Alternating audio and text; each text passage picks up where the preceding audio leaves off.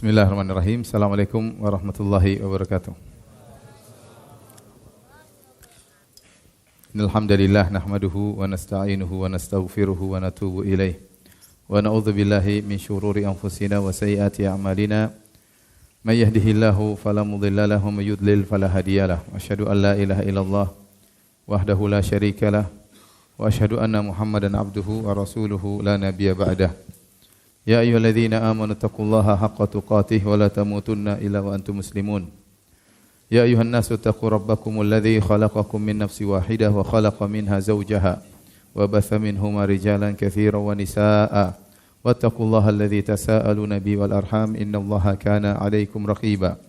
Ya ayyuhalladzina amanu taqullaha wa qulu qawlan sadida yuslih lakum a'malakum wa yaghfir lakum dhunubakum wa may yuti'illaha wa rasulahu faqad faza fawzan 'azima amma ba'd fa inna asdaqal hadithi kitabullah wa khairal huda huda Muhammadin sallallahu alaihi wasallam wa syarrul umuri muhdatsatuha wa kullu muhdatsatin bid'ah wa kullu bid'atin dhalalah wa kullu dhalalatin finnar.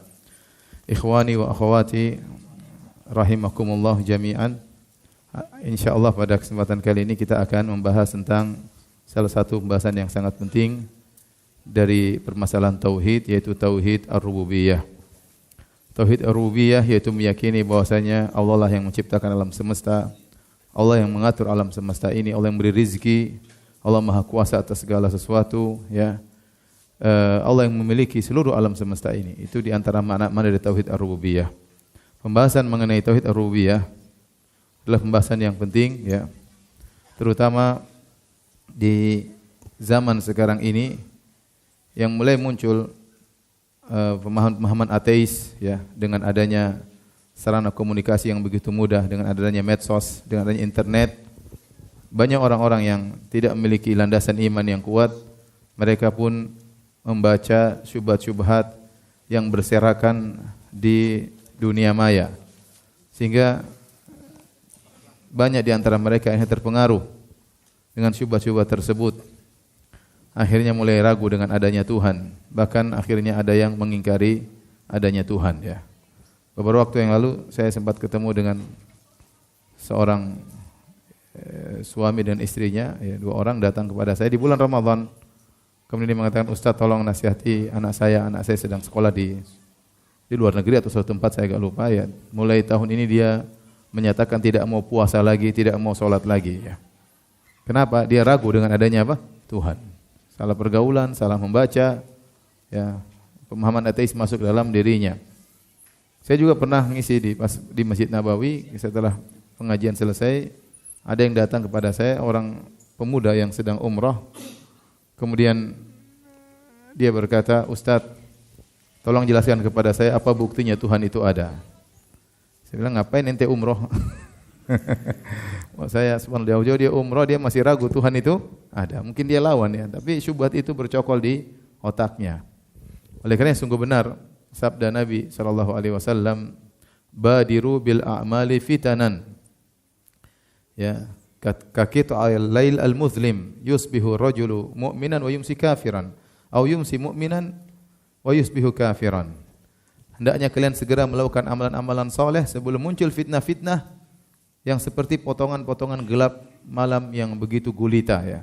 Sangat gelap gulita, ya. Jadi Nabi menggambarkan fitnah yang sangat dahsyat sampai begitu gelap tidak kelihatan, seorang tidak bisa melihat mana kebenaran, saking fitnah begitu dahsyat. Sampai kata Nabi sallallahu alaihi wasallam, "Yusbihu rajulu mu'minan", seorang di pagi hari mukmin, wa yumsi kafiran, sorenya kafir. Dan itu mungkin terjadi, paginya masih salat, ya, mungkin dia puasa, malamnya dia baca sesuatu, dia ragu, akhirnya kafir kepada Allah Subhanahu wa taala. Wa yumsi mu'minan wa yusbihu kafiran, au yumsi mu'minan, atau sore hari, malam hari dia masih beriman, dia masih salat maghrib, masih salat isya, ya, mungkin dia masih salat subuh, pagi hari, siang hari dia baca syubhat, baca sampah-sampah yang ada di internet, akhirnya dia terpengaruh dan dia pun tidak beriman kepada Allah Subhanahu wa taala, mengingkari adanya Tuhan, ya. Oleh karenanya, dan itu terjadi di zaman sekarang. Terjadi di zaman sekarang. Begitu mudah seorang berubah dari iman menjadi kafir karena luasnya syubhat dan berbagai macam kerancuan pemikiran yang berserakan di dunia maya. Oleh karenanya ini semakin membuktikan bahwasanya membahas tentang tauhid rububiyah, bahwasanya Tuhan itu ada, Tuhan itu mengatur alam semesta. Ini penting. Kemudian juga di antara hal yang menunjukkan pentingnya kita belajar tentang tauhid rububiyah, tidaklah seorang merasa tentram dan bahagia kecuali kalau dia meyakini ada Tuhan yang mengaturnya, yang menanggung rezekinya, yang menanggung masa depannya, yang akan menolongnya jika semua pintu telah tertutup, yang tidak ada yang bisa menutup pintunya kapan kita meminta, kita silakan mengadakan kedua tangan minta kepada Tuhan tersebut. Ini menjadikan seorang tentram dalam kehidupannya. Tidaklah seorang gelisah, khawatir kehidupannya ditimpa dengan gham, walham, kegelisahan, kekhawatiran, kecuali karena imannya tentang rububiyah kurang. Ya. Betapa banyak orang akhirnya dia mencari nafkah dengan cara yang haram. Kenapa? Keyakinannya bahwasanya Allah Maha Pemberi rezeki kurang sehingga dia nekat menempuh jalan-jalan yang haram. Dia menyangka rezekinya cuma dari situ, sehingga akhirnya dia terjerumus dalam keharaman. Ya.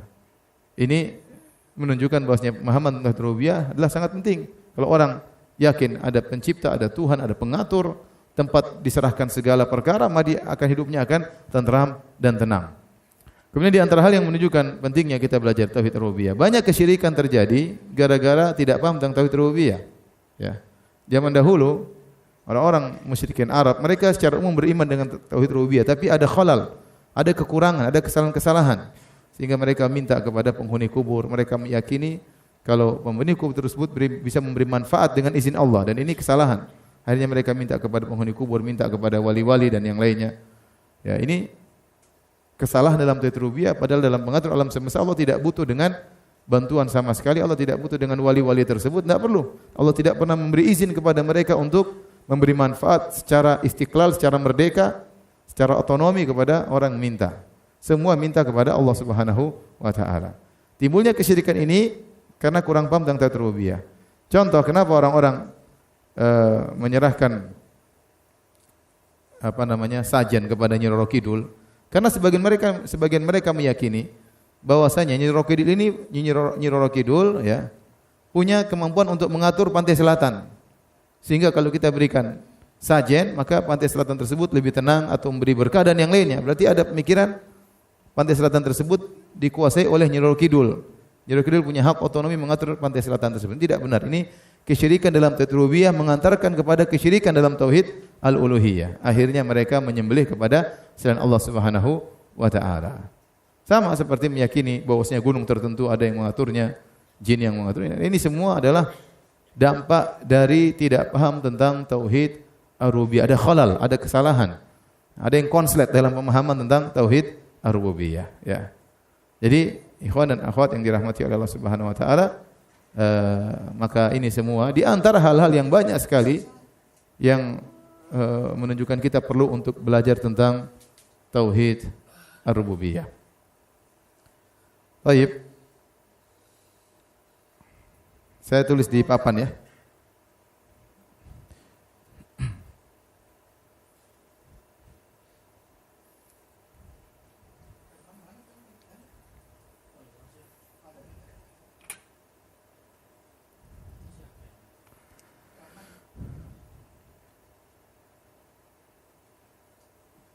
Tauhid rububiyah.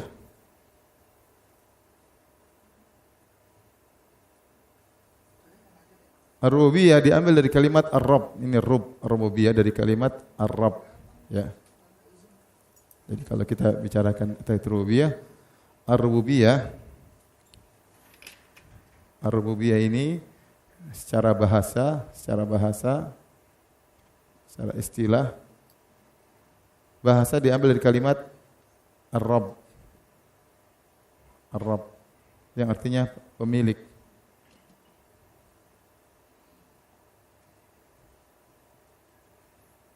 Nah, kalimat Rabb ini hanya kata Ar-Rabb jika disebutkan secara mutlak maka hanya untuk Allah,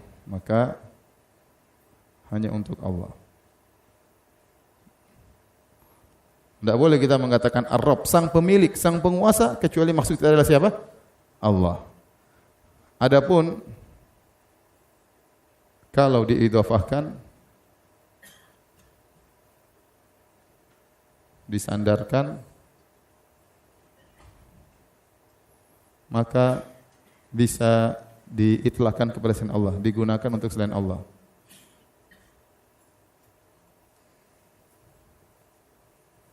Contoh Rabbul Ibil sama dengan Rabb, pemilik onta. Seperti perkataan yang masyhur dari kakeknya Nabi, yaitu Abdul Muttalib kepada Abraha. Dia berkata, "Ana Rabbul Ibil, walil Ka'bah Rabbun yahmiha." Saya pemilik onta, kembalikan onta saya. Ya. Maka adapun Ka'bah ada pemiliknya, dia akan menjaganya. Seperti berkata Rabbud Dar, Rabbud Dar, pemilik rumah. Hal ini sebagian dijelaskan oleh Ibnu Qutaibah dalam Gharibul Quran. Bahwasanya namanya Ar-Rabb, kalau kita bilang Ar-Rabb itu hanya untuk Allah Subhanahu wa taala. Adapun secara istilah Ar-Rabb, tauhid rububiyah artinya mengesahkan Allah, mengesahkan Allah dalam penciptaan, pemilikan, dan pengaturan alam semesta. Ini tauhid artinya mengesahkan. Tidak ada selain Allah yang ikut menciptakan, tidak ada selain Allah yang ikut memiliki, dan tidak ada yang selain Allah yang ikut mengatur alam semesta ini. Hanya Allah sendirian. Itu yang disebut dengan tauhid ar-rububiyah. Baik. Sudah? Saya mau hapus sekarang. Antum cepat, tulis lama sekali. Ini menyebut ilmu menulisnya lama. Cepat. Foto dulu, foto nulis di rumah nanti gampang. Sudah? Enggak usah foto saya, foto itu aja.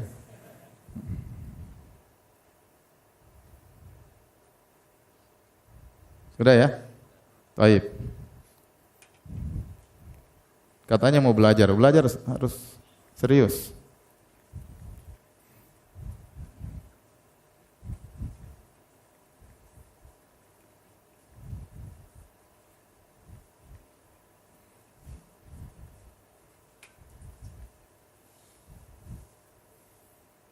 Baik, kita lanjutkan. Tatkala kita membahas tauhid ar-rububiyah, maka di sana dikenal rukun-rukun tauhid rububiyah, ya.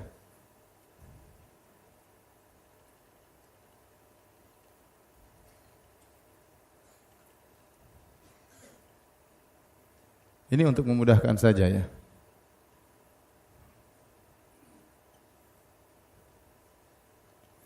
Tauhid rububiyah dibangun, tadi kita sudah isyaratkan dalam makna tauhid rububiyah secara istilah, yaitu dibangun di atas 3 perkara, yaitu al-khalq, penciptaan, yaitu hanya Allah Maha Pencipta. Kemudian al-mulk, pemilikan, hanya Allah yang Maha memiliki. Kemudian at-tadbir, at-tadbir, pengaturan,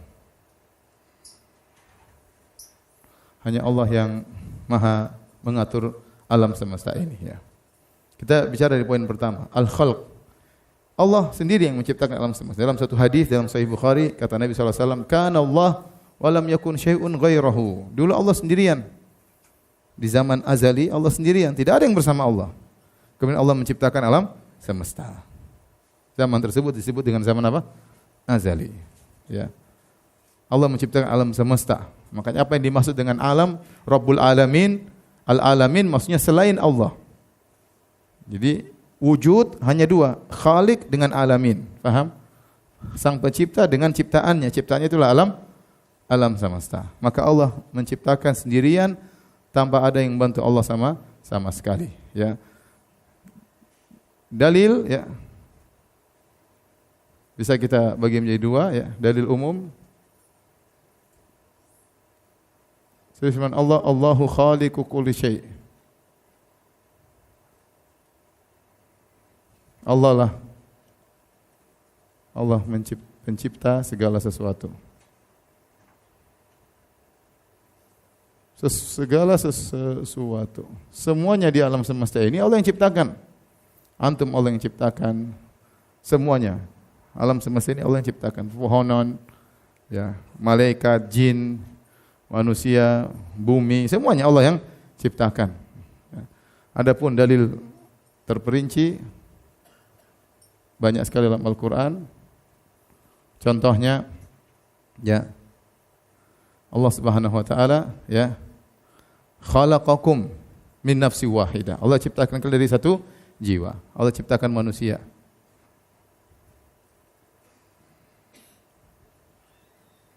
Kata Allah, wa khalaqal insana min salsalin kal fakhar. Allah menciptakan manusia, ya, dari tanah, kemudian dari semacam tembikar, ya, kemudian Allah ciptakan manusia tersebut. Ya. Allah ciptakan manusia dari tanah. Inna masala Isa indallahi kamatsali Adam khalaqahu min turab. Allah ciptakan Adam dari apa? Tanah. Kemudian Allah ciptakan jin. Wa khalaqal janna min marijin min nar. Allah ciptakan jin dari api. Allah ciptakan malaikat.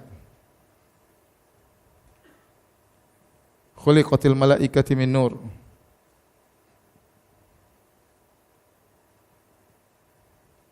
Malaikat diciptakan dari cahaya, ya. Banyak sekali. Allah ciptakan hewan-hewan. Khalaqal an'am. Tumbuhan. Subhanalladzi khalaqal azwaja kullaha mimma tumbitul ardu wa min anfusikum wa mimma la ya'lamun. Ya. Mimma tumbitul ardu. Allah menciptakan apa yang ditumbuhkan oleh bumi dan dalilnya terlalu banyak. Allah menciptakan segala sesuatu. Oleh karenanya Allah mengatakan, wa ma tasqutu mi waraqatin illa ya'lamuha. Tidak ada satu daun pun yang jatuh kecuali Allah mengetahuinya. Nah, saya tanya sama antum, pohon di atas muka bumi ada berapa jumlahnya? Siapa yang pernah hitung? Coba kira-kira aja berapa? Banyak banget ya. Kalau gitu anak kecil juga bisa jawab. Banyak banget. Satu pohon, enggak usah satu pohon itu depan masjid berapa daunnya? Pernah itu enggak? Enggak pernah. Coba jumlah daun di alam semesta ini berapa? Hutan Papua, hutan Kalimantan, hutan Afrika, hutan Amerika, hutan Bekasi. Bekasi ada hutan enggak? Kata Allah, "Ma tasqutu mi waraqatin illa ya'lamuha." Tidak ada satu daun pun yang jatuh kecuali Allah tahu. Kenapa Allah tahu? Karena ciptaan Allah. Allah tahu. Dimanapun daun tersebut, Allah tahu. Kenapa? Karena daun itu yang ciptakan siapa? Allah Subhanahu wa taala. Jadi adapun kalau tidak menciptakan, tidak tahu tentunya. Makanya Allah berfirman dalam Al-Qur'an, "Ala ya'lamu man khalaq?" Bukankah yang menciptakan mengetahui apa yang diciptakan? Ala ya'lamu man khalaq? Bukankah yang menciptakan tahu tentang yang dia ciptakan? Seperti disebut oleh sebagian ulama tentang kisah seorang ateis yang mengajarkan kepada murid-muridnya tentang keateisannya. Dia mengatakan, "Wahai murid-murid, saya juga bisa menciptakan." Ya, maka dia mengatakan, "Lihatlah, ya, besok," ini Pak Guru ini mengatakan, "besok saya akan ciptakan ulat dari daging." Dia ambil daging, kemudian dia taruh dalam toples, dia bilang, "Lihat, daging ini kan enggak ada apa-apanya, cuma daging tok. Besok saya ciptakan ulat." Ya, benar, ditutup beberapa hari, kemudian busuk kan, keluarlah belatung. Saya khawatir salah ngomong belitung ya. Belatung ya. Belatung-belatung, ulat-ulat. Kata dia, "Wahai murid-muridku, lihatlah, sekarang saya ciptakan ulat-ulat, belatung-belatung dalam toples tersebut." Ada murid yang pintar, dia mengatakan, "Pak Guru, kalau Anda yang menciptakan belatung tersebut, coba sebutkan jumlahnya berapa? Yang jantannya berapa, betinanya berapa?" Yang mencipta tahu tentang yang diciptakan. Makanya Allah mengatakan konsekuensinya. Wa ma tasqutu mi waraqatin illa ya'lamuha. Tidak ada satu daun pun yang jatuh kecuali Allah Maha mengetahui apa yang terjadi dengan daun tersebut. Taib. Adapun al-mulk pemilikan, maka ini ya dalilnya banyak juga ya. Ada dalil umum, ada dalil terperinci. Misalnya walillahi mulkus samawati wal ard. Contohnya walillahi mulkus samawati wal ard. Walillahi mulkus samawati wal ard. Yakhluqu ma yasha. Kata Allah, miliklah Allah seluruh yang ada di langit dan bumi. Walillahi man fis samawati man fil ard. Semua yang ada di langit dan bumi semua milik Allah Subhanahu wa taala. Dalam ayat yang mengatakan lillahi mulkus samawati wal ard yakhluqu ma yasha. Bagi Allah apa yang di langit dan di bumi, Allah menciptakan segala sesuatu. Kata Allah, yahabu liman yasha'u inathan wa yahabu liman yasha'u dzukur. Aw yuzawwijum dzukranan wa inatha wa yaj'alu ma yasha'u aqima innahu alimun qadir. Kata Allah, segala yang ada di langit dan bumi adalah milik Allah. Allah menciptakan apa yang Allah kehendaki. Semuanya milik Allah. Allah menganugerahkan kepada sebagian orang hanya anak laki-laki. Dan Allah menganugerahkan kepada sebagian orang hanya anak-anak perempuan. Dan Allah menganugerahkan kepada sebagian orang punya anak laki-laki dan anak perempuan. Seperti saya. Saya punya anak laki-laki 2, anak perempuan berapa? 3 ya. Jadi istri yang 1. Kemudian wa yaj'alu may yasha'u aqima. Kata Allah Subhanahu wa taala, dan Allah menjadikan sebagian orang mandul. Allah yang jadi anak-anak itu milik Allah. Alam semesta milik siapa? Allah. Ya. Ayat seperti ini banyak. Semuanya milik Allah Subhanahu wa taala. Dan terperinci misalnya Allah mengatakan Malikin Nas. Pemilik siapa? Manusia. Amma yamliku sam'a wal absar. Amman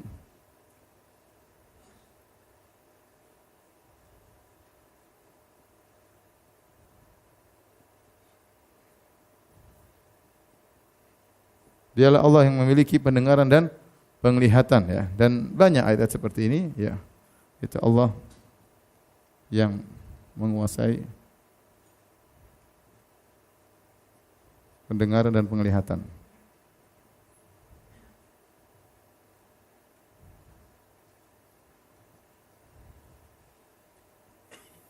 Dan tidak ada yang mengatur, tidak ada yang memiliki alam semesta ini kecuali Allah Subhanahu wa taala. Makanya ya dalam Al-Qur'an Allah mengatakan qul lidul ladzina tad'una min dunihi ma yamlikuna min qitmir. Kata Allah Subhanahu wa taala dalam Al-Qur'an ma yamlikuna min qitmir. Walladzina tad'una min dunihi ma yamlikuna min qitmir. Dan sungguh yang kalian sembah selain Allah Subhanahu wa taala ma yamlikuna min qitmir. Mereka tidak memiliki meskipun qitmir. Qitmir adalah ya selaput yang ada di biji korma. Jadi kalau antum tahu korma kan? Nah, antum makan kormanya, bijinya jangan dimakan, bijinya keluarin ya. Bijinya keluarin, antum lihat situ ada selaput yang meliputi biji tersebut. Itu kalau antum lepas namanya apa?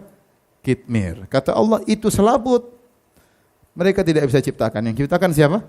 Allah Subhanahu wa taala. Ya. Makanya karena mereka tidak ciptakan, mereka tidak miliki itu. Itu bukan milik mereka. Yang berhak memiliki adalah yang menciptakan. Karena Allah yang menciptakan, maka Allah yang memiliki. Allah yang menciptakan alam semesta, maka Dia yang memiliki alam semesta. Ya. Kemudian lagi Allah Subhanahu wa taala dalam hadis qudsi kata Allah Subhanahu wa taala, "Wa man azlamu mimman yadhhaba yakhluqu ka khalqi." Siapakah yang lebih zalim dari orang yang hendak meniru-niru ciptaanku?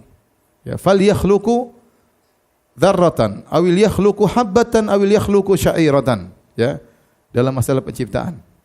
Kita kembali kepada ini, kata Allah Subhanahu wa taala, dalam hadis qudsi ya, fal yakhluqu dzarratan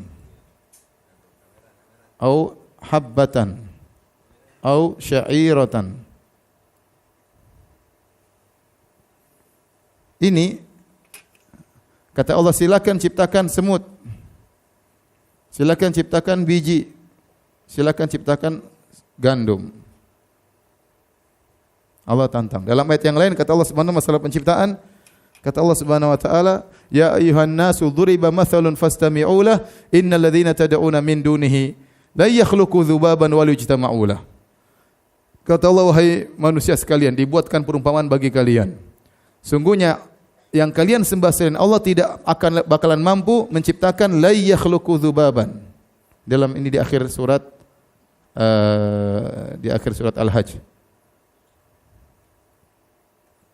Walau ijtama'u lah. Kata Allah, mereka tidak bisa menciptakan dzubab itu lalat meskipun mereka bersatu padu. Tidak bakalan mampu. Antum suruh seluruh selain Allah ciptakan lalat, tidak bakalan mampu. Siapa yang disembah selain Allah? Jin disembah, malaikat ada yang disembah, nabi ada yang disembah, orang bijak ada yang disembah. Tidak ada yang bisa menciptakan lalat. Malaikat Jibril yang begitu hebat tidak bisa ciptakan apa? Lalat. Meskipun seluruh malaikat satu alam semesta berkumpul, ciptakan lalat enggak bakalan mampu. Para nabi, Nabi Muhammad SAW disembah, bisa ciptakan lalat enggak bisa. Nabi Isa enggak bisa ciptakan. Yang mereka sembah misalnya Buddha, Siddhartha Gautama. Pernahkah cerita Siddhartha Gautama menciptakan? Enggak pernah, enggak ada cerita. Dia enggak pernah menciptakan, dia disembah. Padahal dia tidak pernah menciptakan. Apalagi suruh wali-wali yang disembah, mau ciptakan siapa? Ya. Enggak bisa ciptakan apa-apa. Meskipun seluruh sesembahan selain Allah bersatu padu tidak bakalan bisa menciptakan apa? Lalat. Ya. Kemudian bahkan dalam hadis kata Allah, coba ciptakan semut. Mampu enggak ciptakan semut? Enggak bakalan mampu. Biji, siapa yang bisa ciptakan biji? Ciptakan ditanam tumbuh, siapa yang bisa ciptakan? Satu alam semesta super canggih kemudian buat biji, ya enggak bisa. Bikin telur, saya bisa. Ada telur Cina katanya ya. Tapi enggak bisa dieram, cuma bisa diceplok aja. Digoreng enak, tapi kalau ditaruh di bawah ya dieram oleh ayam tidak bakalan keluar jadi apa? Ayam. Kenapa? Tidak ada yang bisa menciptakan apa? Ayam. Tidak ada yang bisa menciptakan gandum. Siapa menciptakan biji ditaruh di tanah kecil, taruh dalam tanah kemudian dia menembus tanah keluar jadi batang yang besar. Siapa yang bisa ciptakan? Cuma Allah yang bisa menciptakan. Nah, karena Allah yang menciptakan ini semua, berarti yang memiliki cuma siapa? Allah Subhanahu wa taala. Tidak ada yang yang memiliki selain Allah Subhanahu wa taala. Paham? Maka mereka semua tidak berhak untuk disembah ya. Baik. Pengaturan sama. Pengaturan juga banyak dalilnya, ada dalil umum, ada dalil khusus. Intinya Allah mengatakan yudabbirul amr. Yudabbirul amra minas sama'i ilal ard. Allah yang mengatur segala urusan dari langit sampai bumi. Seluruh ini diatur oleh Allah Subhanahu wa taala. Tidak ada yang mengatur bersama Allah Subhanahu wa taala. Baik. Kita akan bahas penting masalah poin ini. Poin at-tadbir, pengaturan.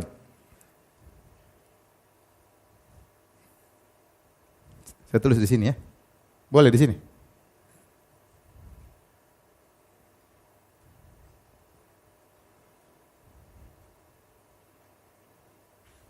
Pengaturan secara umum ada 3 perkara penting yang harus diketahui ya.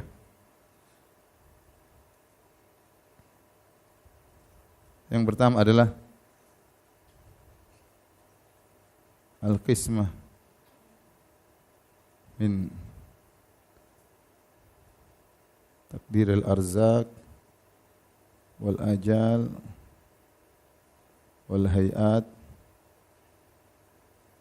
wa nahwiha. Ini tentang pembagian takdir yang berkaitan dengan rezeki, ajal, ya, bentuk dan lain-lain. Yang kedua, tasyir nizamil kaun, pengaturan alam semesta.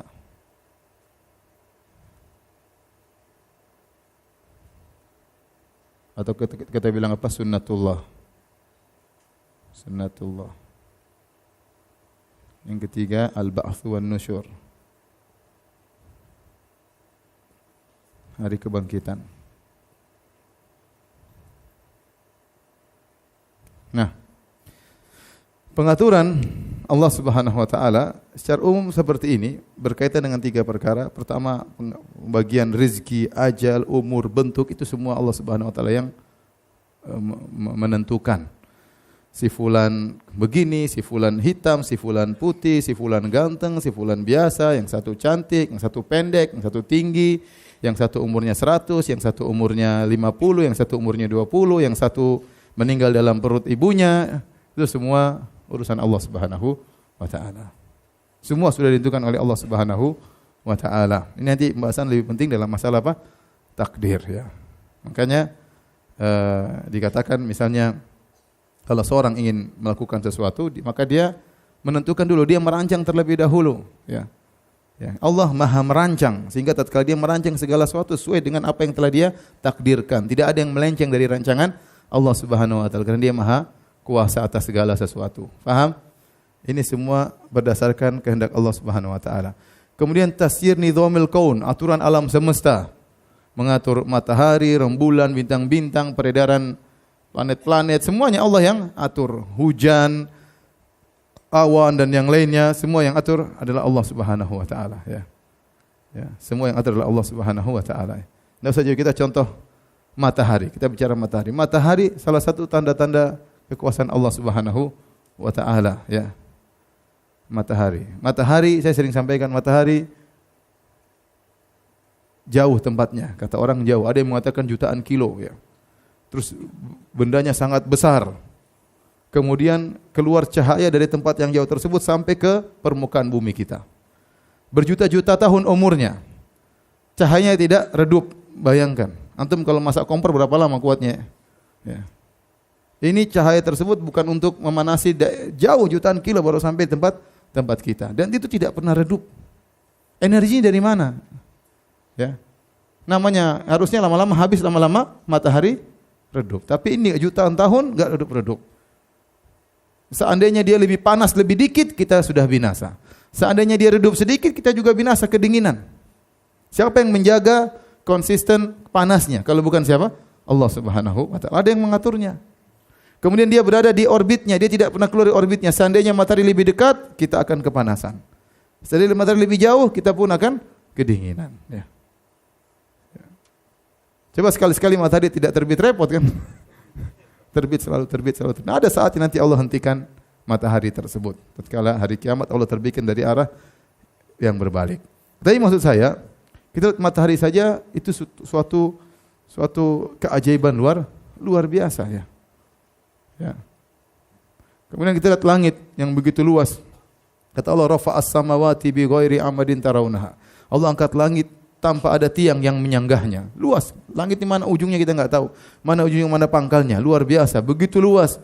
Dalamnya ada bintang-bintang Allah hiasi, ada rembulan, ada matahari, ada planet-planet, ada gugusan-gugusan bintang-bintang, ada ya bima sakti dan macam-macamnya ya. Luar biasa. Langit luar itu siapa yang bikin? Terjadi sendirinya? Enggak mungkin. Ada yang ngatur. Allah Subhanahu wa taala ya. Ini semua pengaturan alam semesta ada yang ngatur ya. Allah, yaitu Allah Subhanahu wa taala. Terakhir tentang al-ba'ats wan nusyur, hari kebangkitan pun nanti kita yakin bahwasanya yang menghidupkan, mematikan, membangkitkan manusia pada hari kiamat adalah siapa? Allah Subhanahu wa taala ya. Makanya Allah mengatakan wa nufikha fis sur fa sa'iqa man fis samawati man fil ardi illa man syaa Allah. Tatkala ditiup sangkala semuanya mati. Tsumma nufikha fi ukhra, kecuali yang dikecualikan oleh Allah. Tsumma nufikha fi ukhra fa idahum qiyamun yanzurun. Kemudian ditiup sangkala kedua kali, maka tiba-tiba semuanya bangkit pada hari tersebut. Itu di antara tanda-tanda rububiyah Allah Subhanahu wa taala. Baik, sampai di sini sudah. Silakan dicatat atau difoto, nanti kita lanjutkan.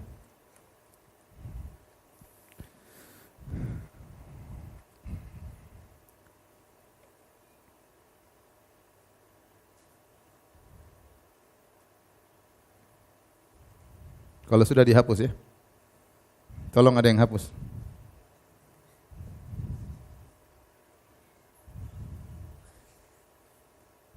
Bentar. Masih difoto. Antum hadap aja ke sana.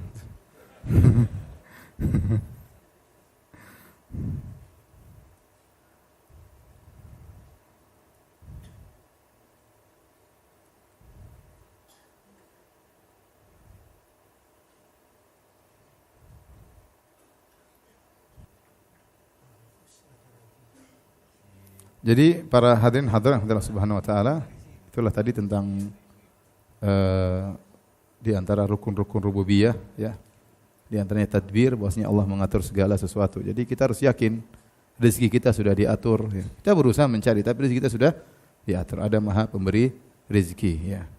Wa ka'ayyim min dabatin la tahmilu rizqaha Allahu yarzuquha wa iyyakum. Kata Allah, betapa banyak hewan melata tidak bisa mengurus rezekinya. Allah yang mengatur rezekinya dan juga mengatur rezeki kalian.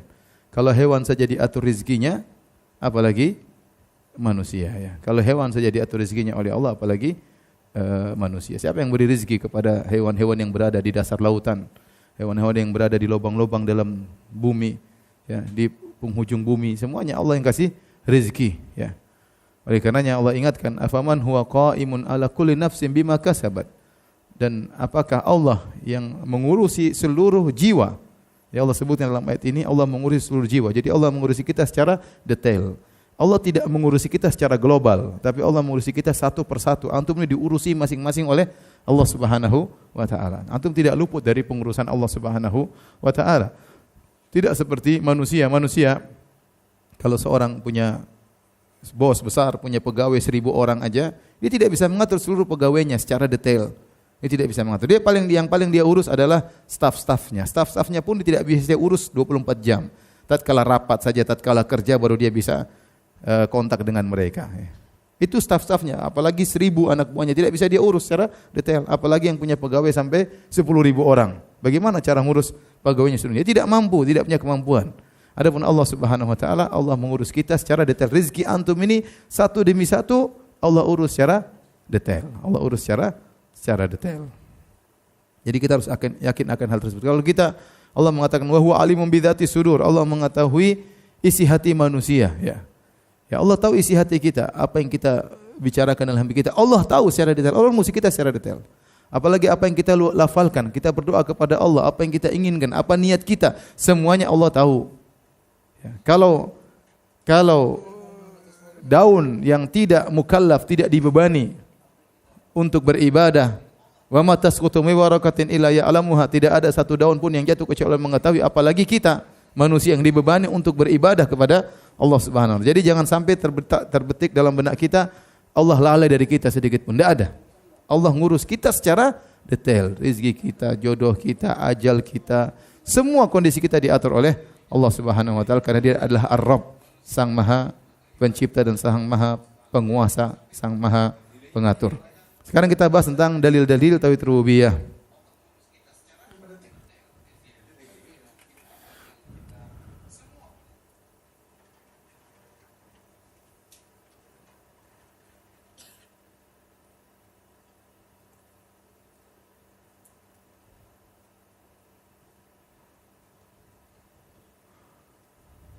Dalil secara umum ada dua, yaitu dalil fitrah.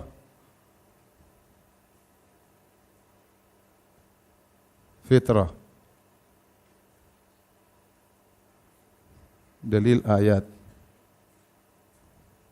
Yaitu makhluk ciptaan-ciptaan Allah.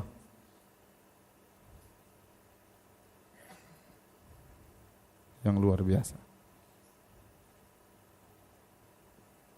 Dalil fitrah, Allah mengatakan wa aqim wajhaka lid-dini hanifan fitratallahi allati fatara an-nasa 'alaiha. Kata Allah, fitratallahi allati fatara an-nasa 'alaiha. La tabdil li khalqillah. Fitrah Allah yaitu fitrah yang telah Allah tancapkan kepada manusia.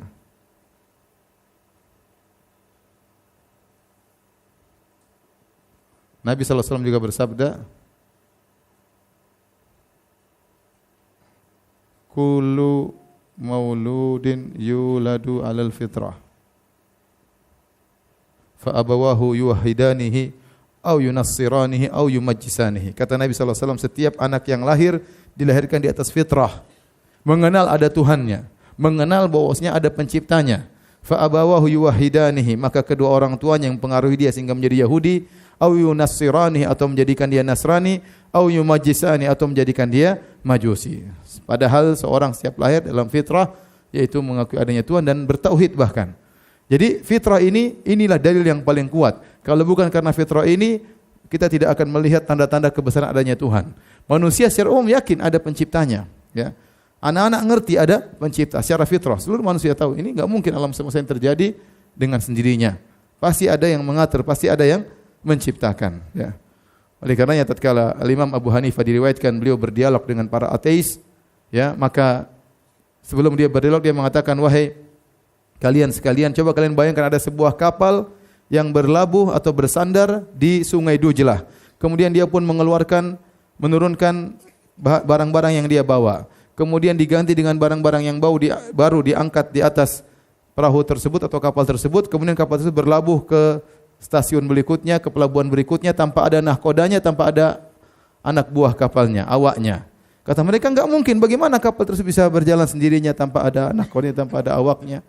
Kata Imam Abu Hanifah, bagaimana lagi dengan alam semesta ini? Enggak mungkin enggak ada yang ngatur. Kalau enggak ada yang ngatur, bintang tabrakan, matahari lupa terbit, repot. Repot kalau begitu, ya. Tumbuhan enggak jadi tumbuh, lupa hujan enggak jadi turun. Subhanallah. Ini enggak mungkin terjadi dengan begitu itqan, begitu sempurna kecuali ada yang mengaturnya. Enggak mungkin. Enggak mungkin tiba-tiba ada mobil tanpa ada yang menyusunnya. Enggak mungkin tiba-tiba ada baju kecuali ada yang menjahitnya. Enggak mungkin ini semua ada tanpa ada yang mengadakannya. Makanya Allah berfirman, am khuliqu min ghairi syai'in am humul khaliqun. Dalam surat At-Tur, ya. Apakah mereka diciptakan tanpa ada yang menciptakan, ataukah mereka menciptakan diri mereka sendiri? Ya.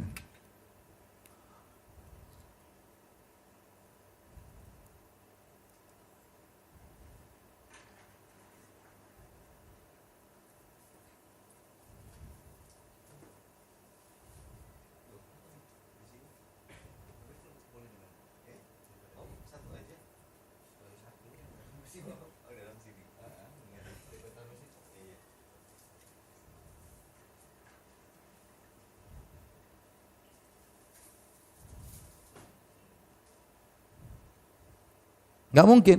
Pasti ada yang menciptakan. Enggak mungkin terjadi dengan sendiri. Cuma dua Allah sebutkan. Am khuliqu min ghairi syai'in. Apakah mereka diciptakan tanpa ada yang menciptakan? Kemungkinan kedua, kalau enggak ada yang menciptakan berarti apakah mereka menciptakan diri mereka sendiri tiba-tiba muncul sendiri dari tidak ada menjadi ada? Mustahil.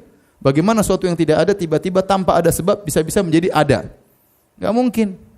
Enggak mungkin. Maka fitrah manusia mengatakan bahwasanya ada yang menciptakan alam semesta, ada yang mengadakan alam semesta ini. Tidak terjadi dengan sendirinya. Itu disebut dengan dalil fitrah, didapati oleh setiap orang. Oleh karenanya orang yang ateis berat, dia harus melawan fitrahnya. Dia harus melawan apa? Fitrahnya. Fitrahnya yunazi'uhu. Fitrahnya mendebat dia dalam keyakinannya. Dia menyatakan Allah tidak ada, tapi Tuhan tidak ada, tapi hatinya ingin mengatakan Tuhan itu ada. Ya, dia ingin merusak fitrahnya, itu berat. Oleh karena dalil yang paling kuat bahwasanya Tuhan itu ada adalah dalil apa? Fitrah. Kemudian dalil yang kedua adalah ayat ciptaan-ciptaan Allah Subhanahu wa taala. Contoh kata Allah Subhanahu wa taala, "Inna fi khalqis samawati wal ardi wa ikhtilafil laili wan nahari la ayatin liulil albab." Sungguh pada penciptaan langit dan bumi, pergantian siang dan malam, sungguh ada tanda-tanda kebesaran bagi ciptaan Allah Subhanahu wa taala. Ini yang akan kita sebutkan agak perinci pada kesempatan kali ini tentang tanda-tanda kebesaran Allah, bahwasanya Allah itu ada, ya. Satu-satu kita sebutkan. Allah berfirman dalam Al-Quran, wa fi anfusikum afala tubsirun. Dan pada diri kalian, tidakkah kalian melihat? Ya akhi, antum ini makhluk yang ajaib, ya akhi. Dalam diri kita ini banyak keajaiban-keajaiban. Ya. Lihatlah tubuh kita, kata Allah, ya, fi ahsani taqwim, ya. Manusia luar biasa, bentuk yang terindah, ya. Ya. Kemudian bagaimana, ya, organ-organ tubuh kita yang sangat luar biasa. Ini tanya para dokter lebih tahu, ya. Saya pernah ceramah tentang masalah mata saja. Mata itu, ya, mata, ya, luar biasa kenikmatan yang Allah berikan kepada kita. Mata itu ibarat lensa yang menangkap cahaya, kemudian ada kabel-kabel yaitu saraf-saraf, yang mengantarkan kepada otak untuk membaca tangkapan tersebut. Sehingga kita pun bisa melihat apa yang kita lihat. Seandainya lensanya baik, tapi ada kabelnya yang putus, sarafnya putus, kita sudah enggak bisa lihat hasil tangkapan cahaya tersebut. Ada saudara kita tahu-tahu kena kecelakaan, lensa matanya enggak ada masalah. Tetapi sarafnya putus, dia tidak bisa melihat. Saraf yang mengantarkan dari mata menuju otak, ini ada yang mengatakan jutaan saraf. Jutaan kabel, masing-masing kabel itu punya fungsi tersendiri. Ada yang warna, bentuk. Makanya kalau ada orang sarafnya putus sedikit jadi buta warna. Subhanallah, luar biasa. Ada seorang, dia jalan sama kawan-kawannya, berjalan-jalan, kemudian mereka mampir suatu tempat tidur bareng-bareng. Tiba-tiba dia bangun, dia lihat semua gelap. Maka dia bilang ke kawan-kawannya, "Ya kawan-kawan, nyalain lampu." Kata mereka, "Lampu enggak mati, lampu udah nyala." Kalian bercanda? Enggak, beneran, ini lampu nyala. Subhanallah. Dia sebelum tidur, matanya bisa apa? Melihat. Begitu dia bangun, Allah cabut sarafnya, dia enggak bisa apa? Lihat. Lensanya enggak ada masalah. Tapi tiba-tiba enggak bisa melihat. Ya. Jadi, barang siapa yang anda tanya dokter mata, berapa saraf dari mata ke otak? Luar biasa banyak. Ini semua tidak sembarang bikinnya. Ada aturannya secara detail. Bahkan sebagian kabel Allah tidak pasang. Allah pasang pada makhluk yang lain. Contoh, ayam disebut dalam hadis, kalau melihat malaikat ayam berkokok. Ayam bisa melihat malaikat enggak? Bisa. Allah pasang kabel untuk lihat apa? Malaikat. Dia bisa lihat malaikat. Anjing bergonggong, dia melihat jin. Ya, dia melihat jin. Allah pasang kabel tersebut pada anjing, dia bisa melihat jin. Antum enggak bisa. Coba kalau antum dipasang kabel lihat jin, antum hidup enggak enak. Ih, ada jin. Sedikit, ada jin ikut, ada jin. Masuk kamar mau tidur, ada jin, tidur gimana? Ada jin di atas, repot. Makanya tidak ada maslahat bagi antum, Allah cabut kabel melihat apa? Jin tersebut. Nanti tapi hari kiamat Allah pasang itu kabel. Antum meninggal dibangkitkan, antum bisa lihat jin, bisa lihat malaikat, ya. Ya. Tapi jangan ketemu iblis, ya. Iblis tempatnya di neraka. Jangan sampai ketemuan sama iblis. Tapi sekarang jin enggak bisa kita lihat, malaikat enggak bisa kita lihat. Pandangan kita terbatas, ya. Ini nikmat dari Allah. Coba kalau Allah kasih kita pandangan yang lebih luar biasa, yang kecil-kecil pun kita lihat. Kita mau makan enggak enak, begitu makan, ada mikrobanya. Ada kita enggak lihat makanannya bismillah dah. Ya. Mata saja luar biasa. Itu bicara tentang masalah bentuk tubuh kita manusia. Coba. Kok bisa? Masya Allah wajah seperti ini, hidung begini, lubangnya di bawah. Coba kalau salah buat lubang di atas. Terus hujan kan setengah mati tetap. Coba kalau jantung ditaruh di luar, bayangkan. Antum bukan jantung dalam, di luar. Di luar. Jadi antum harus pakai helm sini kalau apa-apa. Kalau ada orang jengkel ditarik, cerek selesai. Ya, ini semua tidak mungkin terjadi dengan apa? Sendirinya. Allah berbicara tentang air mani. Kata Allah Subhanahu wa taala, "Afara'aitum ma tumnun? A antum takhluqunahu am nahnul khaliqun?" Ini air mani. Bagaimana menurut kalian tentang air mani? Apa kalian yang menciptakannya atau kami yang menciptakan? Secara sederhana, mani kan dari saya yang keluarkan. Kata Allah, bukan kalian yang menciptakan, Allah yang menciptakan. Mana buktinya? Buktinya banyak. Manusia sejak kecil tidak bisa keluar air mani. Bisa nggak? Dia nggak bisa. Dia tidak punya syahwat. Sampai dia dewasa baru dia mulai punya apa? Syahwat, baru air mani bisa berproduksi. Dia tidak bisa menciptakan dari awal. Berarti terciptanya air mani bukan kehendak dia. Allah yang ciptakan. Terus nanti dia bisa keluarkan air mani. Sampai dia sudah tua, umur 100 mungkin kalau sampai, air maninya berhenti. Tidak keluar meskipun setes pun. Dia tidak bisa lagi mengeluarkan air mani. Di antara bukti air mani bukan ciptaan dia, ya. Air mani ini sumber lahirnya seorang anak, tapi dia tidak bisa tentukan. Saya pingin air mani yang anaknya nanti putih, tinggi, ganteng, pinter. Ternyata keluar goblok, pendek, hitam. Bisa. Tidak ada kemampuan dia ngatur air mani tersebut. Mau laki-laki mau perempuan, siapa yang ngatur? Allah Subhanahu wa taala. Dia tidak mampu. Tidak mampu. Kata Allah, "A antum takhluqunahu am nahnul khaliqun?" Yang menciptakan air mani kamu atau Allah Subhanahu wa taala? Manusia tidak berdaya urusan apa? Air mani. Ya. Oleh karenanya terlalu banyak tanda-tanda kebesaran Allah Subhanahu wa taala yang menunjukkan Tuhan itu ada, ya.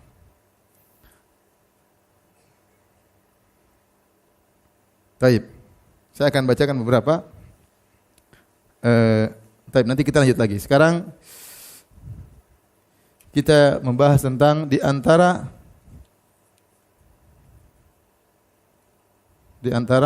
melanjutkan ini, di antara bukti-bukti rububiyah Allah. Banyak. Yang pertama, mukjizat. Mukjizat itu adalah khariqul adah. Khariqul adah itu keluar dari aturan Allah, keluar dari sunnatullah. Allah punya sunnatullah berlaku di alam semesta ini. Bahwasanya api membakar misalnya, ya. Contohnya itu adalah namanya sunnatullah, ya.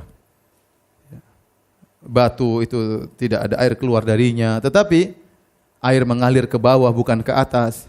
Tetapi Allah bikin mukjizat kepada para nabi sebagai bukti ada Tuhan. Karena Tuhan itu yang buat aturan, dia bisa rubah aturan tersebut. Tuhan yang buat aturan, dia bisa rubah aturan tersebut. Itu disebut dengan mukjizat. Mukjizat artinya secara sederhana merubah aturan tatanan sunnatullah. Merubah tatanan sunnatullah dengan izin Sang Pencipta. Oleh karena tatkala Nabi Ibrahim berdialog dengan Raja Namrud, Alam tara ila alladhi haja Ibrahim fi rabbih an atahu Allahul mulk. Idh qala Ibrahim rabbiyalladhi yuhyi wa yumit. Qala ana uhyi wa umit. Qala Ibrahim fa inna Allah ya'ti bisyamsi minal masyriq fa'ti biha minal maghrib fabuhital ladzi kafar. Kata Allah, tidakkah kau lihat tatkala Ibrahim berdebat dengan orang yang kami berikan dia kerajaan, Namrud, lupa diri. Dia umur panjang, kekayaannya luas, dia merasa dirinya Tuhan. Maka Nabi Ibrahim tegur, ya. Qala rabbiyalladzi yuhyi wa yumit. Tuhan saya Allah bisa menghidupkan, bisa mematikan. Kalau kamu Tuhan, harusnya kamu bisa menghidupkan, mematikan. Mana buktinya kamu Tuhan? Kata dia, saya bisa. Maka dia ambil 2 orang dari penjara. Kata dia, wahai Ibrahim, ini 2 orang saya hukum mati. Sekarang satu saya maafkan, saya hidupkan. Yang satu tetap saya bunuh, saya matikan. Ini bahlul atau bukan? Bahlul. Padahal bukan gitu maksudnya. Maksudnya sudah mati, nanti hidupkan lagi. Tapi ini Tuhan bahlul, susah berhadapan dengan Tuhan bahlul. Akhirnya kata Ibrahim, karena Tuhan enggak paham-paham. Yang kedua, fa inna Allah ya'ti bisyamsi minal masyriq fa'ti biha minal maghrib. Tuhanku menerbitkan matahari dari timur. Bisakah kau terbitkan dari barat? Kalau kau Tuhan, harusnya kau bisa ngatur alam semesta ini. Saat itu tatkala fabuhital ladzi kafar, maka dia terdiam. Nah, itu contoh namanya mukjizat, artinya merubah aturan. Allah suatu hari akan menerbitkan matahari dari barat. Allah suatu hari akan merubah tatanan alam semesta ini tatkala hari kiamat nanti. Karena dia yang membuat tatanan, dia bisa merubahnya. Nah, Allah tampakkan sebagian perubahan kepada mukjizat para anbiya. Contoh, mukjizat Nabi Ibrahim alaihissalam. Harusnya api membakar. Sunnatullah, api itu membakar. Tetapi waktu Nabi Ibrahim dilemparkan di api, Allah perintahkan api tersebut berubah menjadi sebaliknya. Ya naru kuni bardan wa salaman. Wahai api, jadilah kau dingin. Yang api harusnya menyebabkan panas, bahkan menjadi apa? Dingin. Tapi Allah gandengkan dengan mengatakan wasalaman, keselamatan bagi Ibrahim. Kalau tidak, Nabi Ibrahim tidak selamat. Karena dingin yang sangat dingin, bisa jadi dia meninggal dunia juga karena sangat dingin. Tapi Allah mengatakan bardan wasalaman, dingin dan penuh keselamatan. Siapa yang bisa merubah api menjadi dingin?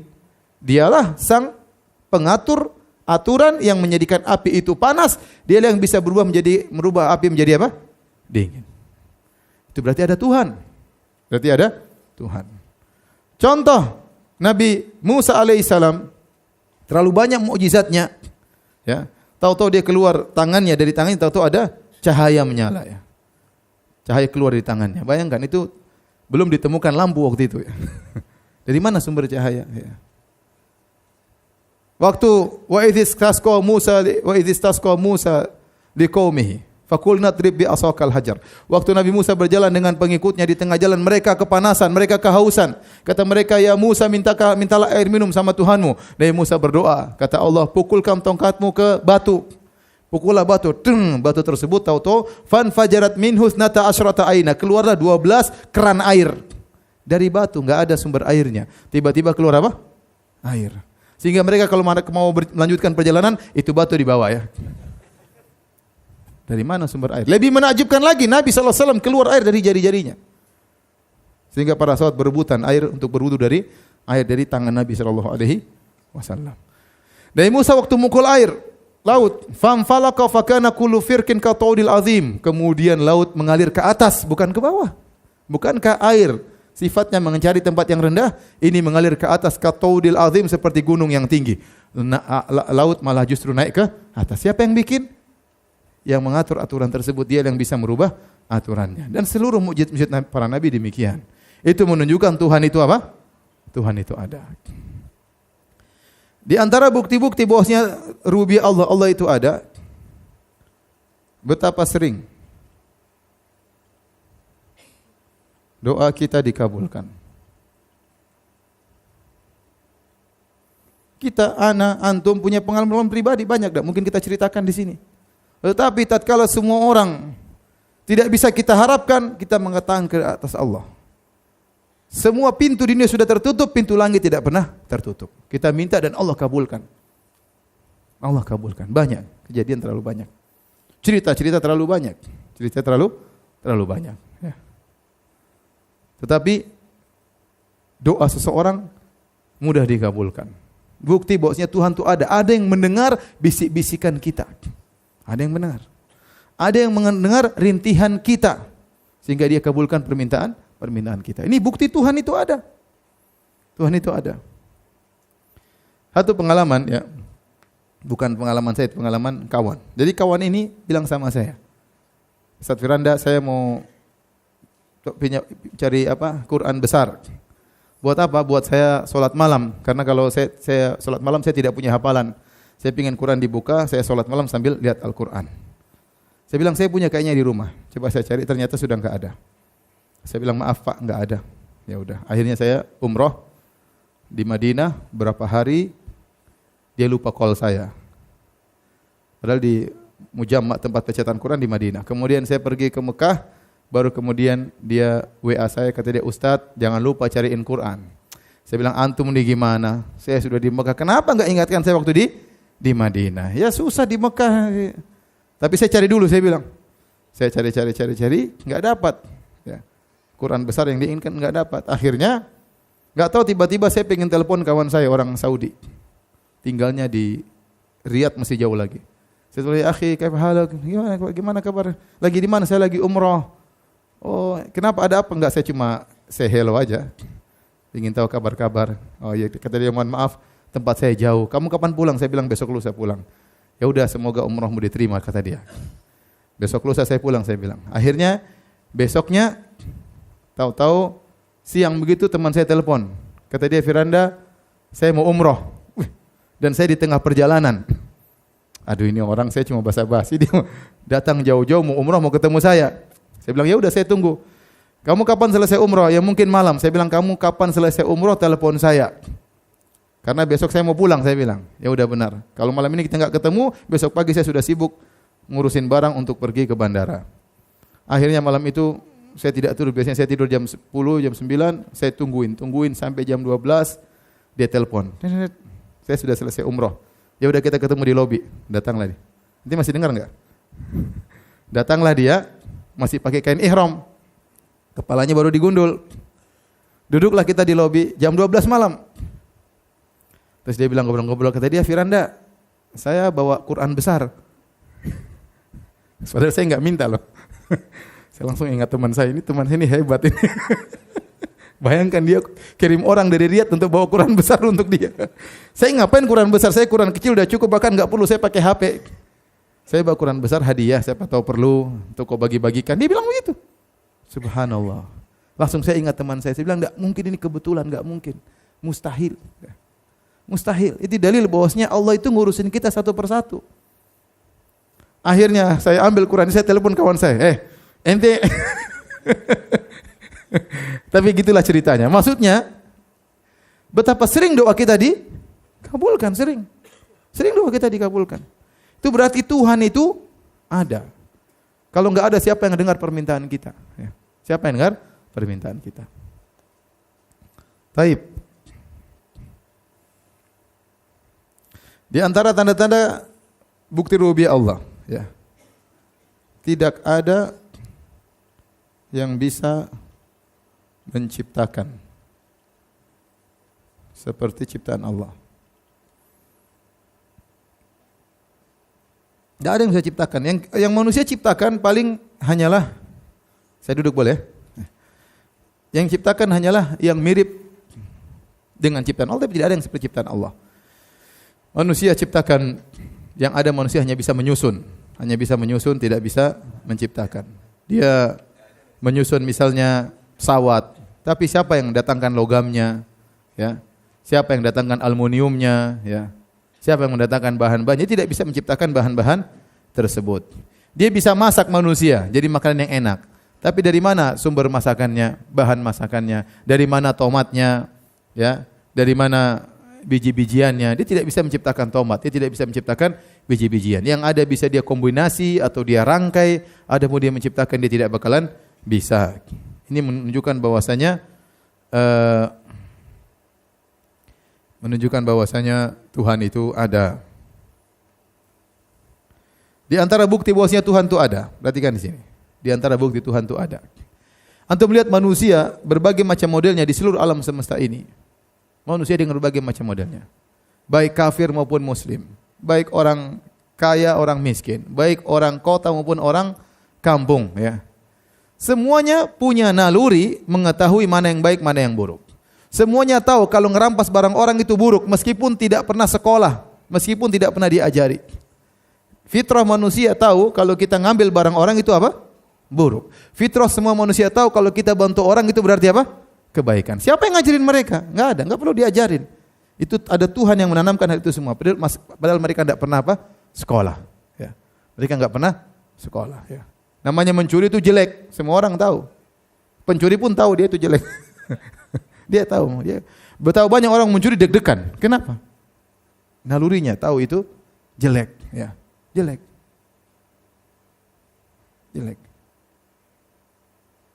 Betapa orang semua tahu kalau dia ganggu istri orang itu jelek, tahu enggak? Tahu. Kalau dia mengganggu istri orang dia awas ketahuan. Karena itu naluri.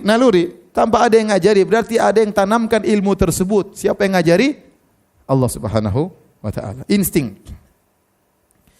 Coba tahu-tahu di alam semesta ini ada hewan jantan atau ada hewan betina, ya. Enggak ada jenis ketiga ya. Jantan dan betina. Subhanalladzi khalaqal azwaja kullaha. Maha suci Allah yang menciptakan pasangan-pasangan. Mimma tumbitul ard, ya. Ya, yang tumbuh-tumbuhan, di antaranya pasang-pasangan hewan, ada jantan, ada betina. Siapa yang ngajari hewan jantan suka sama hewan betina? Ada syahwat. Siapa yang ngajari cara berhubungan hewan jantan menuju hewan betina? Siapa yang ngajarin? Enggak ada, tapi instingnya. Ya. Antum taruh, coba antum ada hewan, antum jantan betina. Antum enggak usah suruh dia lihat hewan lain. Tahu-tahu dia bisa mendatangi yang betina. Tahu-tahu nanti bertelur. Itu ayam laki-laki jantan betina, antum biarkan dalam. Enggak usah enti ajarin cara ayam gini loh cara mendatangi. Enggak perlu enti ajarin si ayam tersebut. Tahu-tahu dia bisa mendatangi apa? Betina, tahu-tahu ada telur. Terus tahu dari mana dia mengerami telur? Pasti ada insting yang mengajari. Ya. Kenapa sapi suka sama sapi? Dia enggak suka sama kambing misalnya, ya. Instingnya sukanya sama sapi, padahal mungkin kambing lebih cantik misalnya, ya. Sapi kalau lihat cewek, meskipun cantik jelita, lihat istri antum dia tidak tertarik. Dia lihat meskipun istri antum berhias, cantik luar biasa, kalau kambingnya lihat, dia heran ini siapa depan saya. Tapi melihat sapi, model sapi dia langsung suka, langsung syahwatnya tergerak. Ya, siapa yang bikin itu semua? Enggak mungkin terjadi dengan sendirinya. Pasti ada yang mengaturnya. Siapa yang bikin syahwat seorang yang tidak kelainan, ya? Dia melihat misalnya ibunya, dia melihat adiknya, dia melihat kakaknya, terbuka auratnya, dia tidak tertarik. Tapi begitu melihat orang lain yang mungkin lebih jelek daripada ibunya, daripada kakak, daripada adiknya, langsung dia syahwat tergerak. Siapa yang bikin? Allah Subhanahu wa taala. Kalau bilang harusnya sama-sama perempuan, harusnya sama-sama tertarik. Tapi buktinya tidak. Syahwatnya pun bisa memilah-milih. Ya. Kecuali kelainan, ya. Yang kelainan laki-laki suka hewan juga ada, perempuan suka hewan juga ada. Itu kelainan, laki-laki suka laki-laki juga ada. Itu kelainan namanya.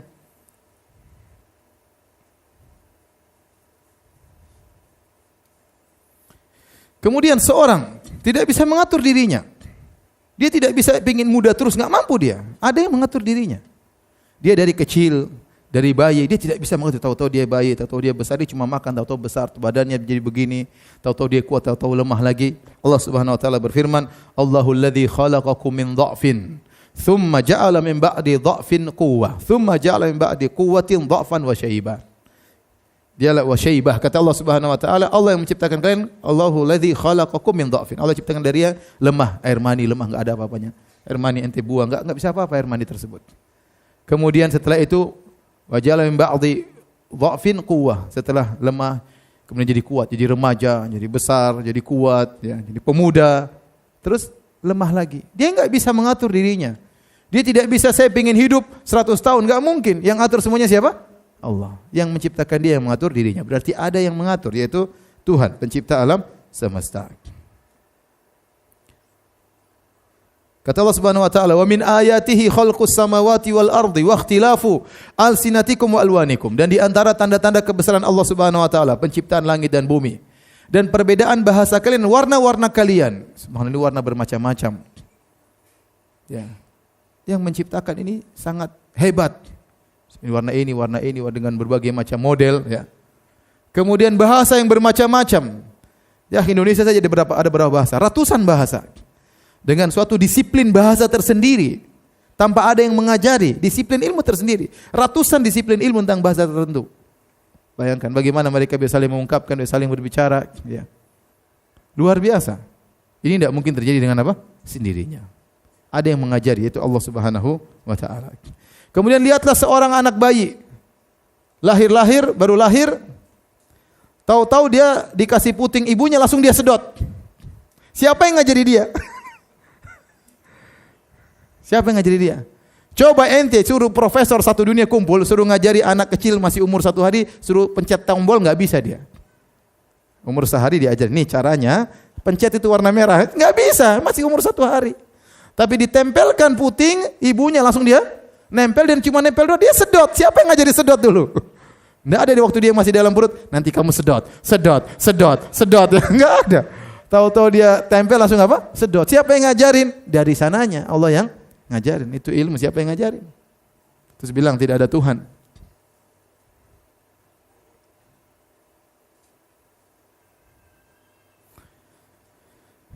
Lihat bagaimana rahmat yang Allah berikan di antara makhluk. Rahmat. Singa yang begitu sangar, tapi sama anaknya dia sayang. Ya tidak. Sama anaknya dia sayang. Dia ngangkat kakinya kalau ingin menginjak anak, enggak bisa. Kenapa? Dia sayang. Dia punya kasih sayang terhadap apa? Anaknya. Sementara dia sangar sama orang lain. Lihat kucing begitu buas kalau sudah mengejar tikus. Demikian juga kucing kalau berhadapan dengan anjing, dia angkat badannya, bulunya di ini. Anjing sampai ketakutan. Padahal cuma membesarin bulunya aja. Tapi sama manusia takutnya luar biasa. Lembut, kita peluk, subhanallah. Kalau kucing buas kan bahaya. Siapa yang bikin kucing tidak buas? Allah Subhanahu wa taala. Lihat onta yang begitu luar biasa, tubuhnya besar, kekar, kalau tendang manusia langsung mati. Tapi tunduk kepada manusia, dicambuk, diomelin, diangkat barang-barang di atasnya, dia nunduk doang. Kenapa singa enggak ajarin dia, ente digoblok-goblokin sama orang manusia itu? Dia enggak pernah diajarin seperti itu. Dari sananya dia tunduk kepada apa? Manusia. Kalau dia marah, dia tendang orang, mati langsung onta itu. Coba siapa yang ngatur itu semua? Allah Subhanahu wa taala.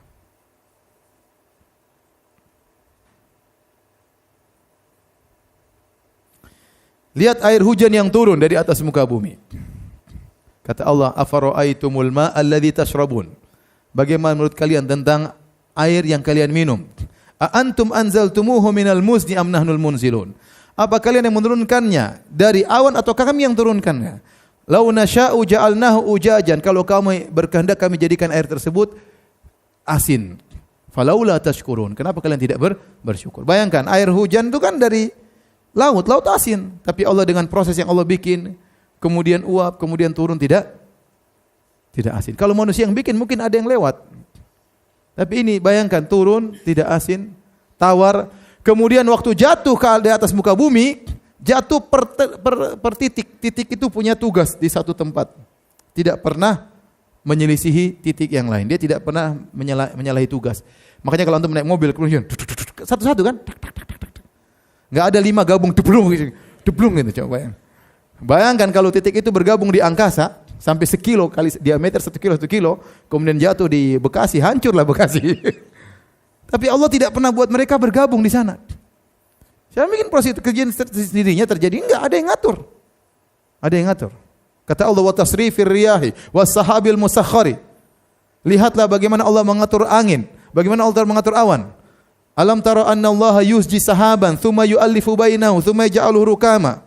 Tidakkah kau lihat bagaimana Allah mengatur awan? Allah menggandengkan awan satu dengan Allah gabungkan. Angin Allah atur. Siapa yang bisa datangkan angin? Angin itu luar biasa. Wal fulkil lati tajri fil bahr. Kapal yang mengalir di atas lautan. Kemudian angin meniup kapal tersebut. Coba suruh orang bikin tenaga angin gitu yang bisa niup kapal. Bayangkan, angin luar biasa. Siapa yang bisa bikin? Gak ada yang bisa bikin. Kemudian angin itu mengantar awan. Terkadang dia bawa awan, digabungkanlah awan tersebut. Summa yu'allifu bainahu. Kemudian menjadi berat, rukama ditumpuk-tumpuk, kemudian baru apa? Turun hujan. Kapan angin tersebut mendorong awan, kapan angin tersebut menggoyangkan awan sehingga menurunkan hujan, kapan dipecah-pecah awan tersebut. Ya.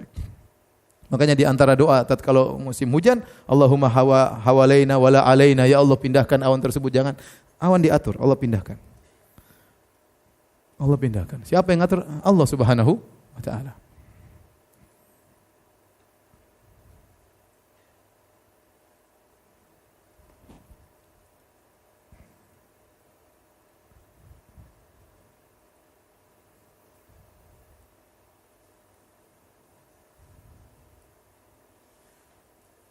Banyak sekali ya tanda-tanda apa?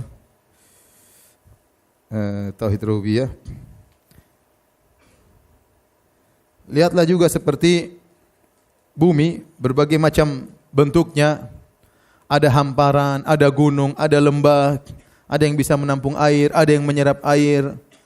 Ya, macam-macam bentuknya, yang semuanya masing-masing ada manfaatnya. Allah timbulkan ekosistem, ada terjadi, semuanya ini ada aturannya dari Allah Subhanahu wa taala.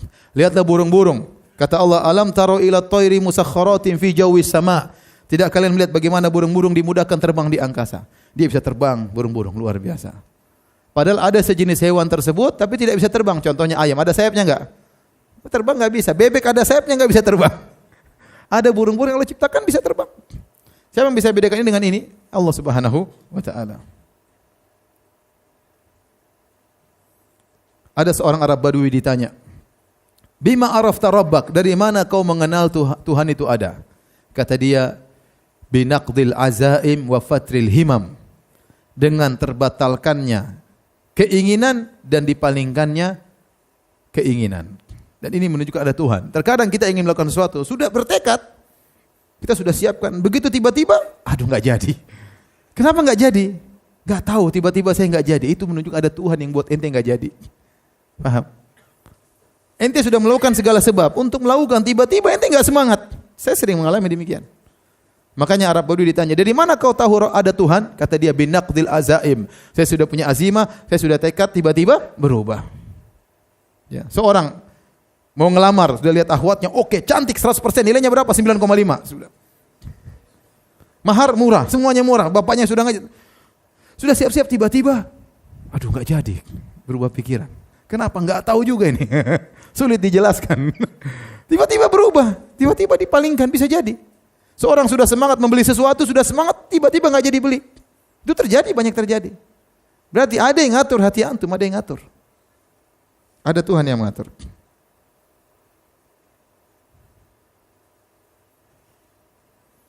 Baik, hadirin hadirat rahmatullah subhanahu wa ta'ala, masih banyak lain, tapi itu di antara dalil-dalil tentang rububiyah Allah Subhanahu wa taala. Tolong dihapus.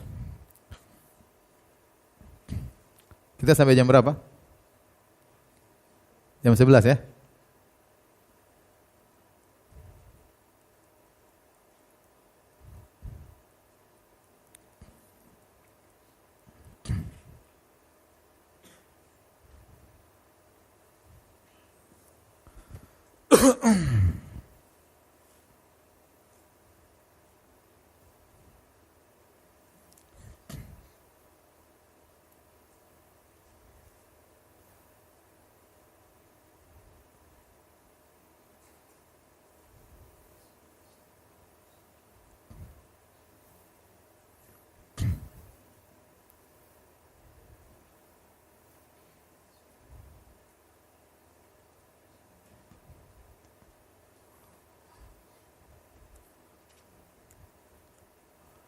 Ar-rububiyah terbagi menjadi dua.